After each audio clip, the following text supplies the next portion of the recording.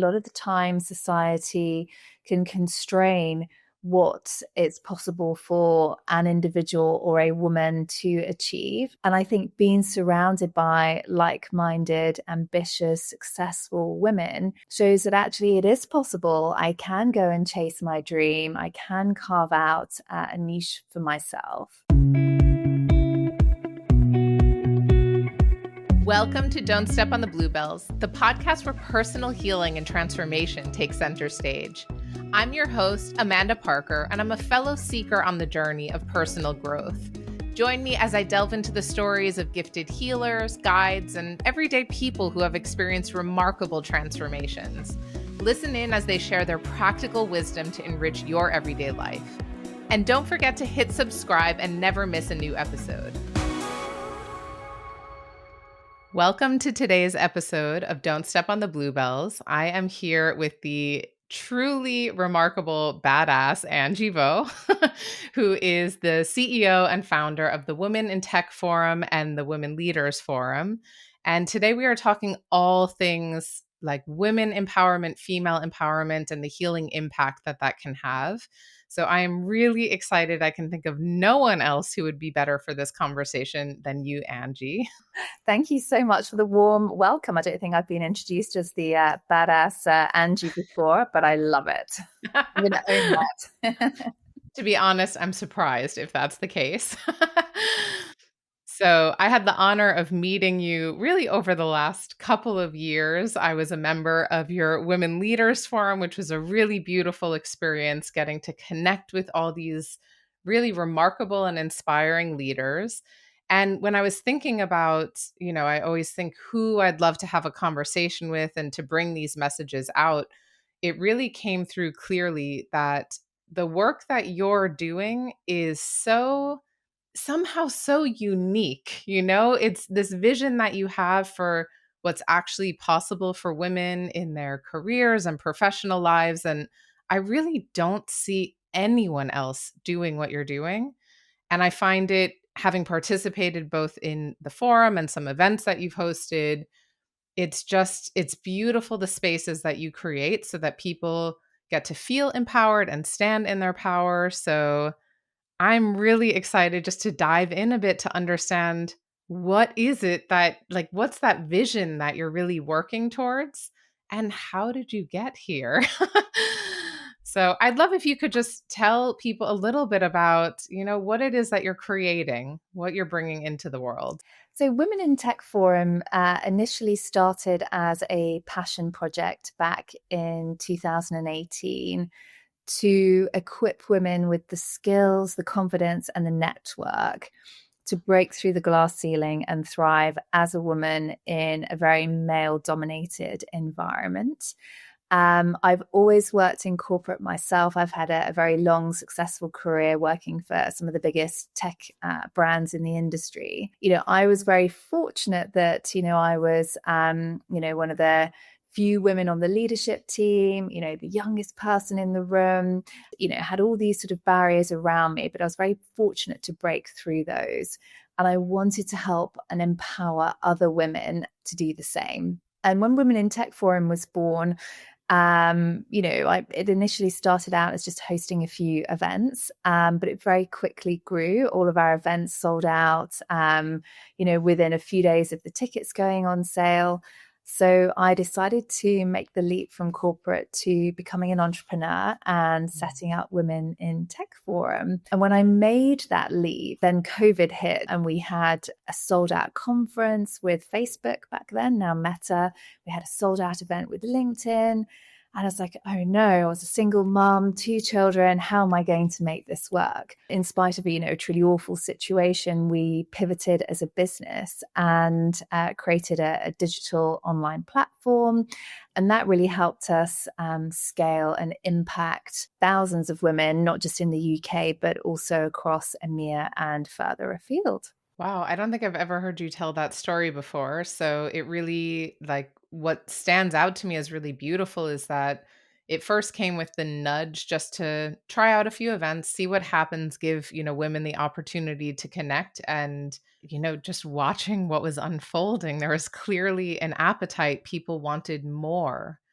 Actually, why do you think that is? What do you think people were really craving for, especially in those early days that you were able to fulfill? I don't really think there were any other companies doing what we were doing at that time. So I think there was a real need to provide a safe space for women to connect.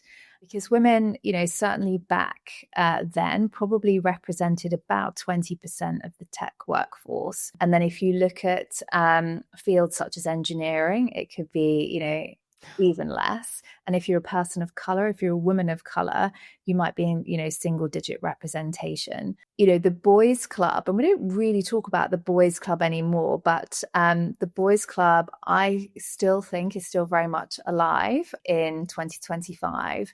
And these are networks of people within organizations to the exclusion of people who don't fit that mold. So I really wanted to create a safe space for women to come together and to network and to build those relationships, but also to learn from each other. Because, if you're not part of a club, whether it's a boys club or something else, you don't hear about the latest promotions, you don't get to network typically with the C-suite, the CEOs, and you don't really get to understand the true sort of, political rhythm of an organization. So by creating these forums, women were able to share, to learn from each other, but also to know that they weren't alone as well in some of the issues that they were experiencing, whether that be within the internal structures of an organization, but also in client-facing roles. It was just really empowering to see the impact that created.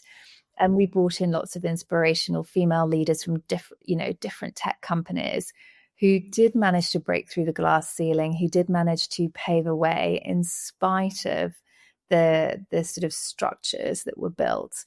Because if we look at sort of a corporate company, traditional corporate structures and companies were built by men for men.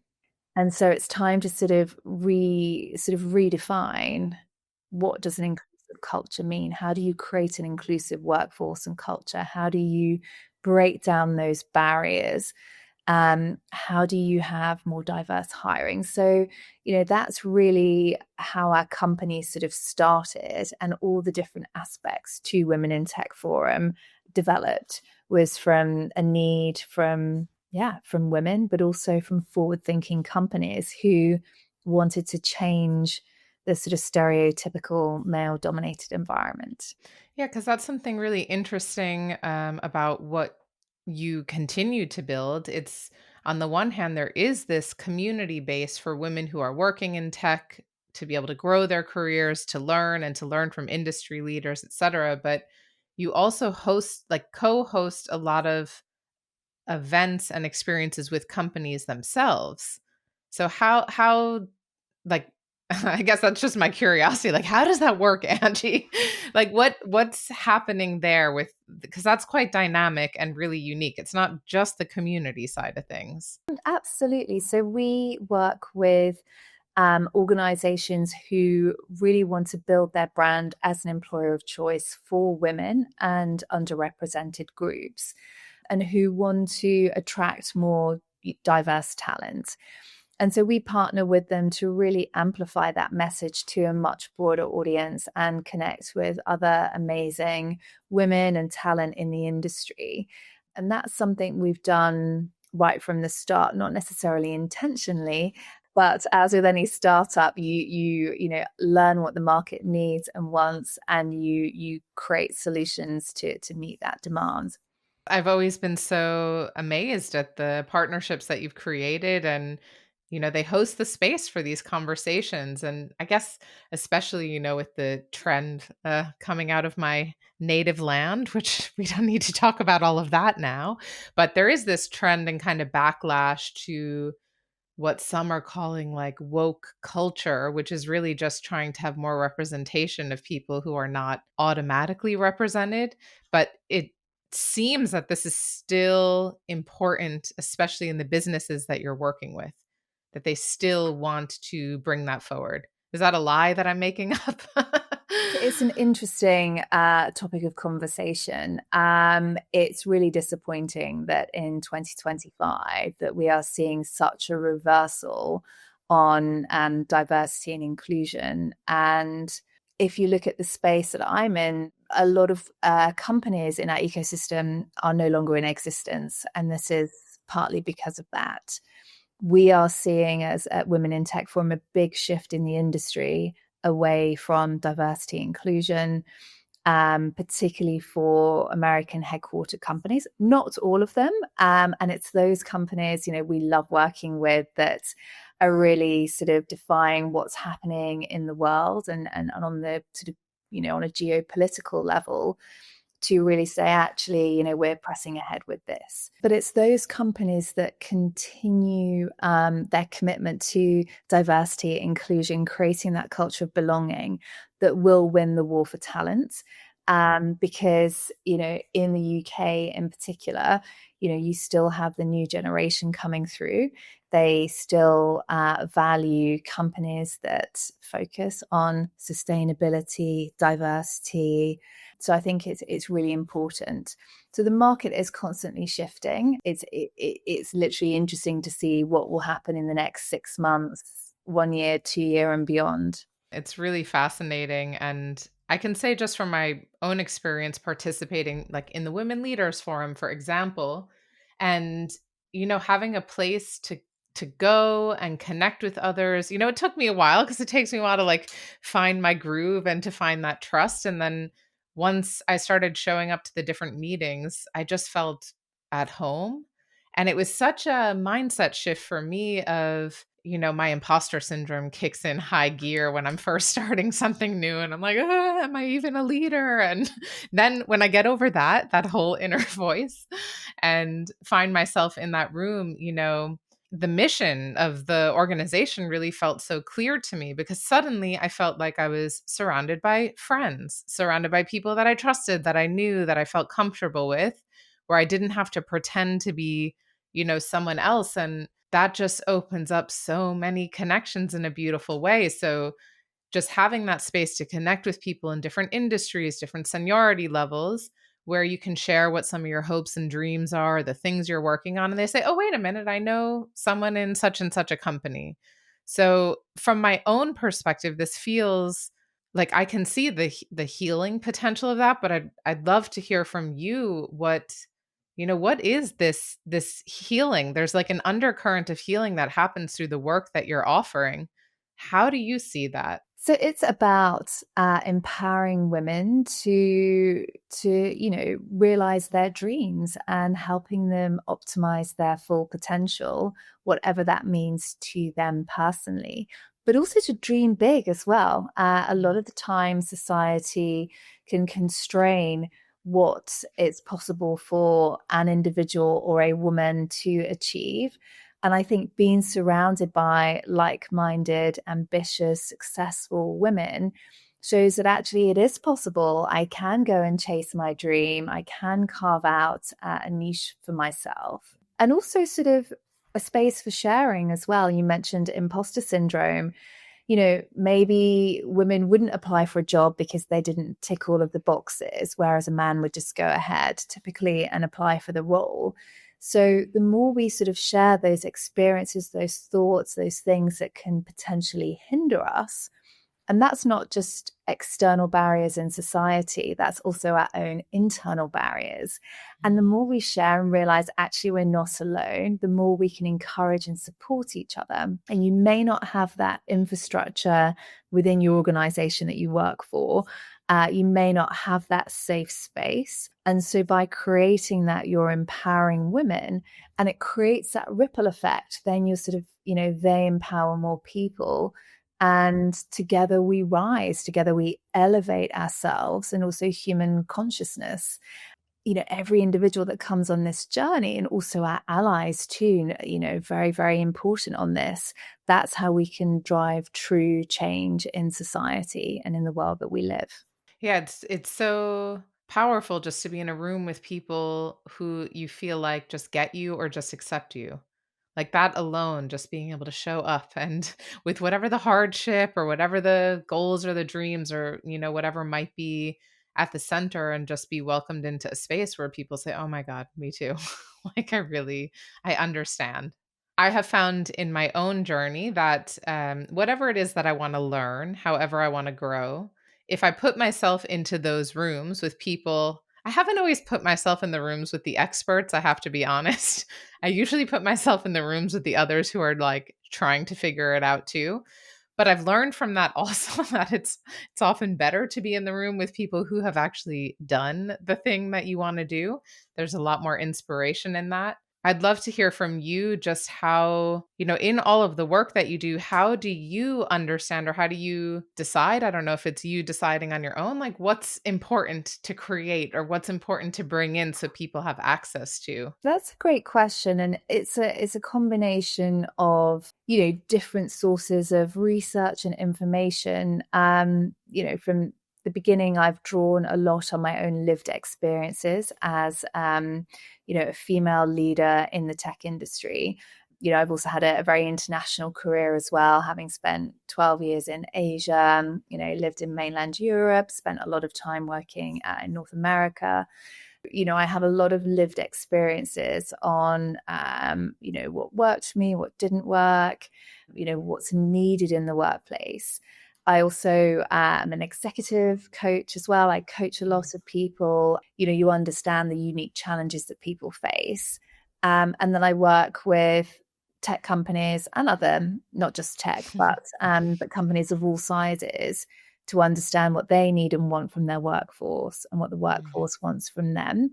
So when you can blend all of that knowledge, experience, feedback, insights, then you can create something really powerful that empowers and supports women at every level of their career and every industry sector as well. It's not just limited to tech. Women Leaders Forum, we have lots of different industry sectors represented.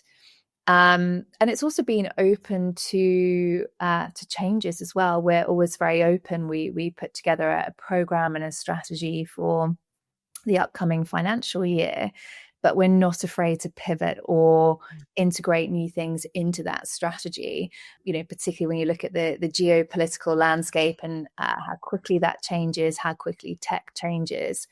Being a small organization means we're very nimble and very quick to pivot where we need to. And certainly that's been the case, certainly in the last 12 months.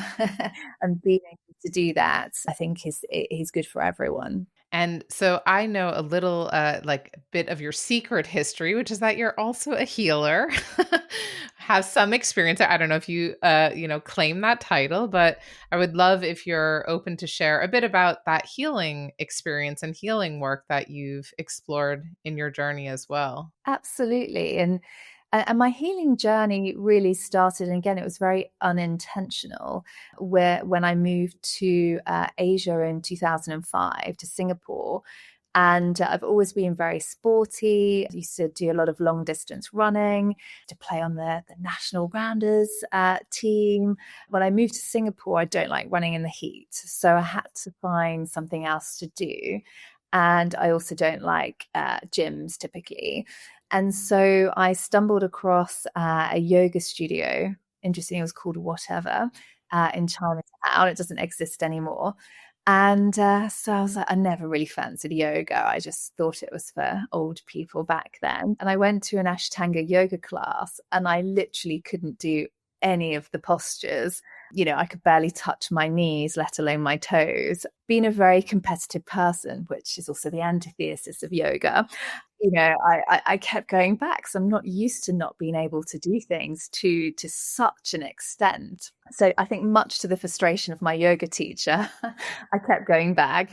And so I built my practice up to sort of 5 times a week. I could do the primary Ashtanga yoga series. It's a very athletic form of yoga. So it was initially designed for teenage boys in India. And with Ashtanga, it's very spiritual. A lot of meditation, aligning movement with breath work. So then I started going on retreats in Asia. So I go to India, to Bali, to Thailand. And those were very traditional retreats that I went on. And that's when you really got into meditation, the Kriyas, Ayurveda, physiology, the whole sort of 8 limbs of yoga. And so from then I decided I wanted to really understand more about yoga. And so I started to become a yoga instructor. So I did the 350 hours with Yoga Australia whilst I was still working, and I was pregnant with my first child as well. Lots of weekends intensives, which is amazing. And then I started teaching yoga just at weekends at the same studio. And then when I traveled with work, so I used to travel about 20 hours a week of flying time. So literally travel from one end of the earth to the other every week. I used to teach yoga in the offices that I went to. So sunset yoga, in a park or a roof terrace is a great way to connect with other, the leadership team and in the company. And then I decided I wanted to teach yoga full time. So I quit corporate life and taught yoga for a year in Singapore and Malaysia. And then I also trained to be a mindfulness instructor. So I went through the whole meditation training. I did my 500 hours for yoga. I've pretty much got every yoga certification going, sort of prenatal, teens, children, Ashtanga, hot, the list goes on, Hatha. But then I decided that, teaching yoga full time wasn't for me. I enjoyed the intellectual stimulation of being in a corporate world. And then I moved back to the UK and didn't really find my yoga home straight away. But what I did stumble across was something called Theta healing. So again, I was quite intrigued. So then I discovered I've always been quite spiritual. So then I sort of discovered another sort of hidden talent and the ability to, read people and look into the future and the past, or, see challenges that people have got and, use the universal energy to sort of invite healing. I don't really talk about it. First time publicly I'm actually talking about it, but I do stumble across clients and usually they find me. I really enjoy doing it. So it's nice actually because I am able to switch it on and off, which is good because sometimes it can be a bit overwhelming if it's just there the whole time. So it's sort of there on demand. What I find really fascinating in your journey, and I so appreciate you sharing because I'm learning, like, I feel like I know you, but now I'm just learning so much about you. And I love that you went through the part of your journey that you were really doing like corporate lifestyle, like you were a businesswoman traveling a lot. You brought all of that yoga and almost that more softness into the corporate spaces that you were in. So it's really powerful because that's often not only but thought of as maybe a more feminine energy that you were also bringing into like the leadership landscape where you were. I love this, that you followed that intuition or that calling to really do the yoga full time, gave it a fair shot, and then decided when it wasn't working, and then moved back into a more corporate space. Like, this is what I find so powerful because you have that healer energy. You have that energy of someone who's really here to do good and to create like positive impact. And you're doing it in a corporate setting. And I know that you're not in the corporate world right now. You're in the startup world, but well, you're in many worlds to be honest, but I think that there's this belief that we're supposed to choose one or the other. I know I've certainly had that myself. It's like you're either a healer or you're a businesswoman, and like for some reason there's no overlap. And I feel like you're also just pioneering that there is that you can do that. Absolutely. And I've worked with a lot of boards of publicly listed companies whilst I've been in startup world. And again, it's not something I've promoted, to really use mindfulness as a tool to drive elevated levels of performance. I love, and I've done sort of like 2-day workshops with boards predominantly full of skeptics. So it's been one person that sponsored me into a board, which is typically all male, not all male, but at least 75%, going into this very skeptical room, and, God, it's a waste of my time and da da da da to really just even seeing the impact on people's faces from when they just arrived in the room to, even at lunchtime, just to see sort of, some of the stress starting to melt away, the shoulders dropping a little bit. And I think that's the uniqueness that I bring, is that, I have sat in their shoes before. I've worked at board level. Worked for some of the biggest companies in the world. So when I deliver sort of boardroom workshops, it's very much in a sort of just enough way. So easing them in gently, so that I'm not necessarily deemed as being, this woo-woo kind of person. And who are you? I look like them. I, dress to a degree like them. So I can be quite corporate, sort of integrate that into them to help, improve their performance, but also their well-being. But then the knock-on effect that then has on their teams, and on the people in their broader lives is quite phenomenal. So that's something I enjoy doing as well. I mean, just listening to you talk, my next question is like, why don't you advertise that? Like, I'm listening to you, I'm like, well, this feels like a gift that you have that is extremely valuable to many. I mean, when I started doing this, I mean, this was very much in the early days, so back in 2018, and this was when wellness wasn't really well established, in companies. It was all about who can work the longest and the hardest, and who's on email at 10 p.m. and then again at 6 p.m. in the morning. And so society has evolved. Being an entrepreneur and a business person, you also have to be careful. You can't be all things to all people all of the time, because then it dilutes your overarching sort of message and USP. So I think, I've decided to focus on, Women in Tech Forum, Women Leaders Forum, another business that I have as well at Restart in Tech. And, I think sometimes the opportunities do just arrive. And if you dig deep enough on our website, there is an 8-part mindfulness course on there as well, which I absolutely love delivering. So I had a lot of clients go through that. So I think it's, maybe something for the future. I am starting to teach yoga again as well. I have a milestone birthday coming up in a year. And that is one of the things on my list.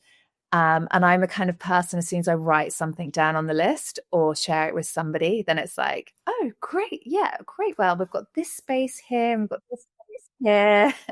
So, what I'm hearing between the lines is that you are a magnificent manifester.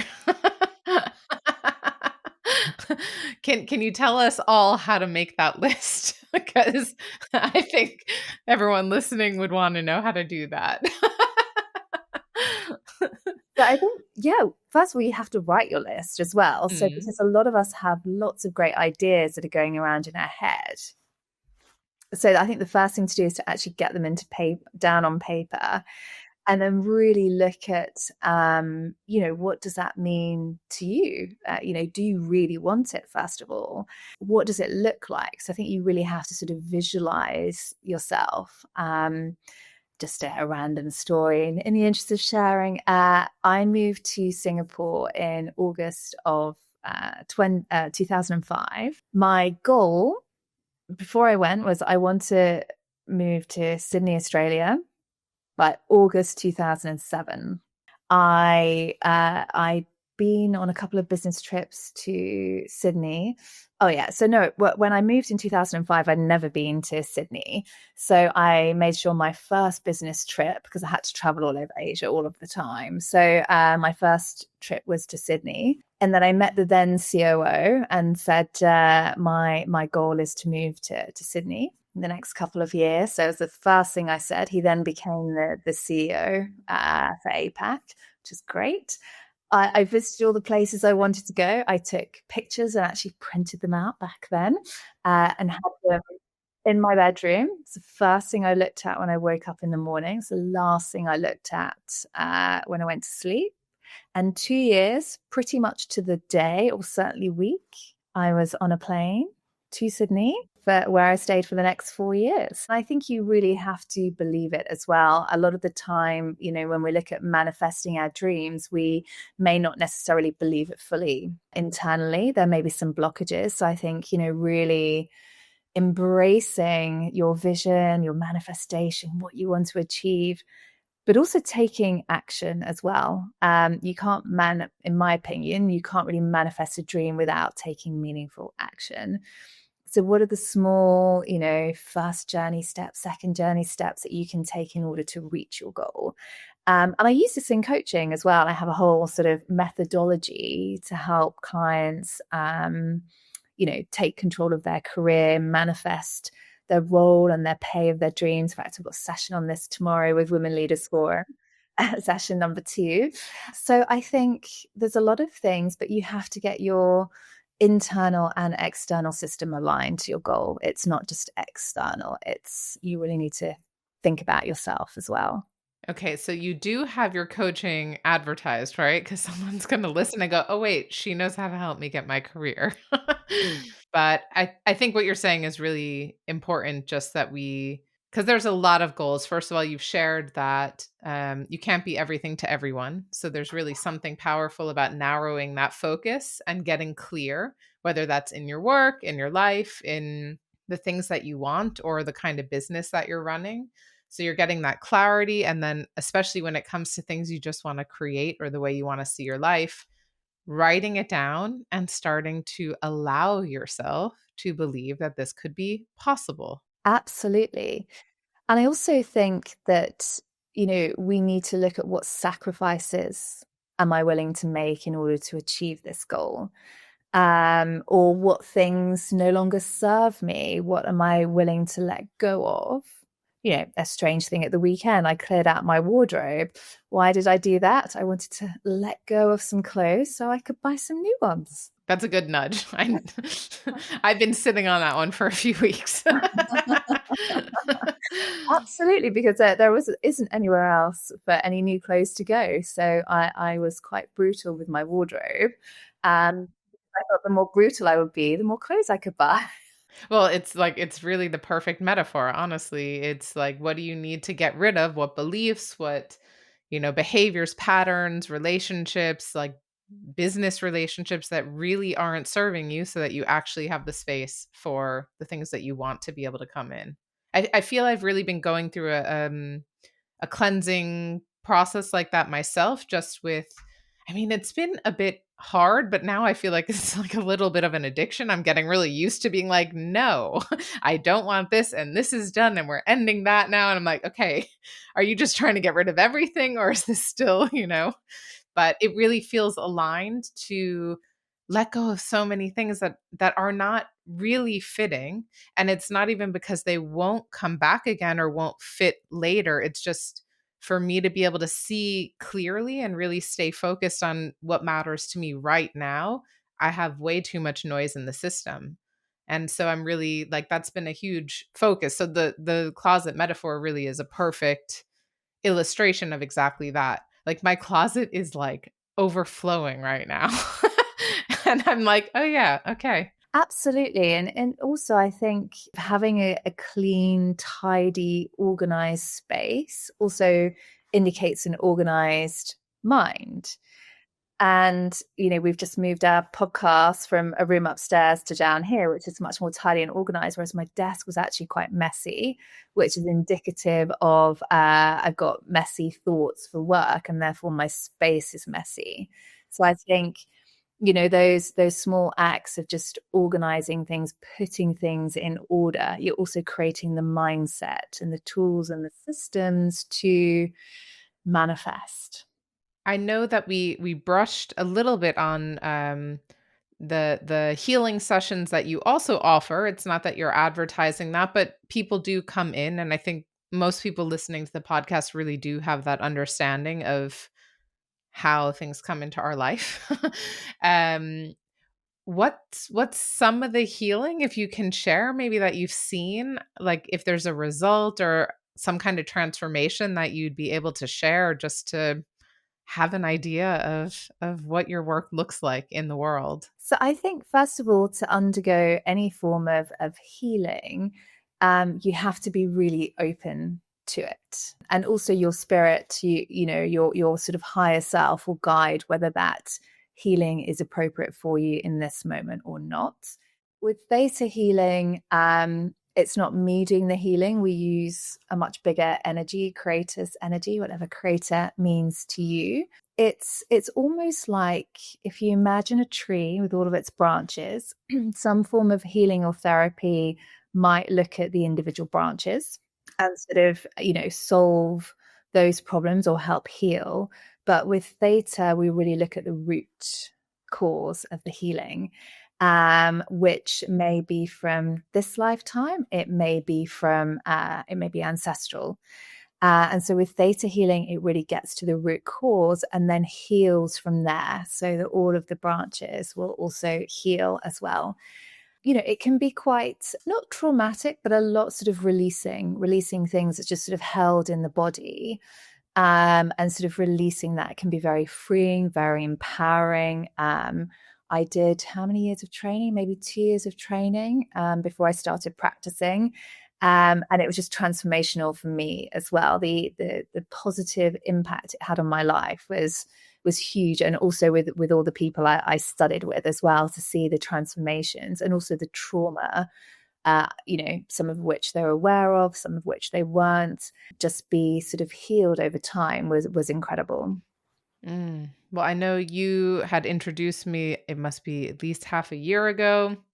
I had asked you for a recommendation, and you gave me the name of a woman who supported me. I think we had a few sessions together, but oh my God, it really was. Yeah. So I think part of that gift, it's not necessarily you also having to do that healing, but also helping. Like, I guess that's a big piece of all the work you do, is helping bridge and give connections and open up those doorways, because that healing that I had was, yeah, really phenomenal.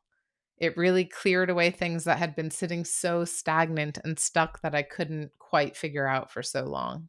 Absolutely. And any sort of energy blockages that you have in your body or in your chakras, once you sort of remove that blocked energy, it allows things to flow freely, and also to connect with your intuition as well. I do think intuition is really important in business and in life, and oftentimes we ignore our intuition, because particularly if we're much more sort of scientific and rational in our approach. If we can't explain something, we often dismiss it. But sometimes those are the little nudges from somewhere. Yeah, I recommend people they listen to their intuition, even if they don't know why at the time. It will become clearer later. We're coming close to the end of our conversation, although I wish we had like part 2 and 3 already lined up. But before I ask some just closing questions, because people who are listening who might be interested to join either Women in Tech Forum or the Women Leaders Forum, or you also said there's a third, which is Restart in Tech. Did I get that right? Yes, for career returners. For career returners, this is like after maternity leave or after a period of pause? Yeah, after a period of pause, male and Mhm. female, Okay. non-binary. Yeah, if you take a career break for a year, 2 years, 5 years, or longer, Mhm. helping them get back to the workforce and Mm. connecting with employers. So how can people find out more if they want to join any one of your beautiful communities? Please do connect with me on LinkedIn, Angie Vaux, VAUX. Yeah, have a look at our website, womenintechforum.com, womenleadersforum.com, restartintechforum.com. Right. So actually, no, it's restartintech.com. Okay. I'll post it in the show notes, so don't worry. Yeah, thank you. Yeah, so always happy to have a chat as well.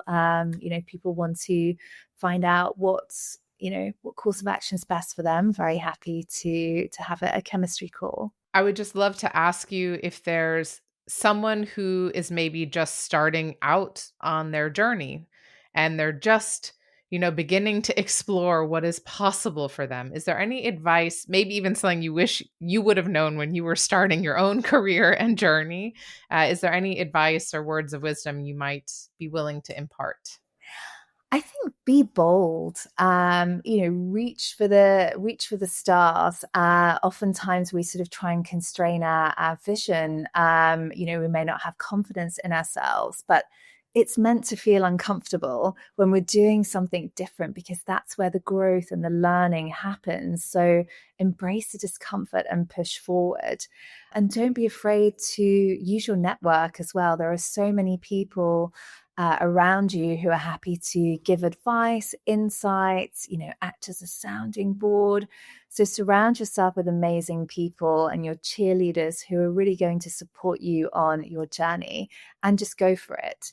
Don't overthink it. Sometimes we get so caught up in the detail. Sometimes you just need to try it and then build from there. And clean out your closet. No. Angie, it has been so wonderful to have you here to share, a lot of this community building and work you're doing with women, and also the healing side of the work that you do, which is ingrained in all. I'm so appreciative that you could be here with us today. Thank you so much. It's great chatting with you. And I love all the work that you're doing as well, and the energy and excitement that you bring. So thank you for having me as your guest. Thank you. And to everyone who's listening, thanks for tuning in to this week's episode, and I'll see you next time. Thanks for tuning in to today's episode of Don't Step on the Bluebells. If you enjoyed this conversation, please give the podcast a 5-star rating wherever you listen. And don't forget to hit subscribe and follow along so you never miss a new episode.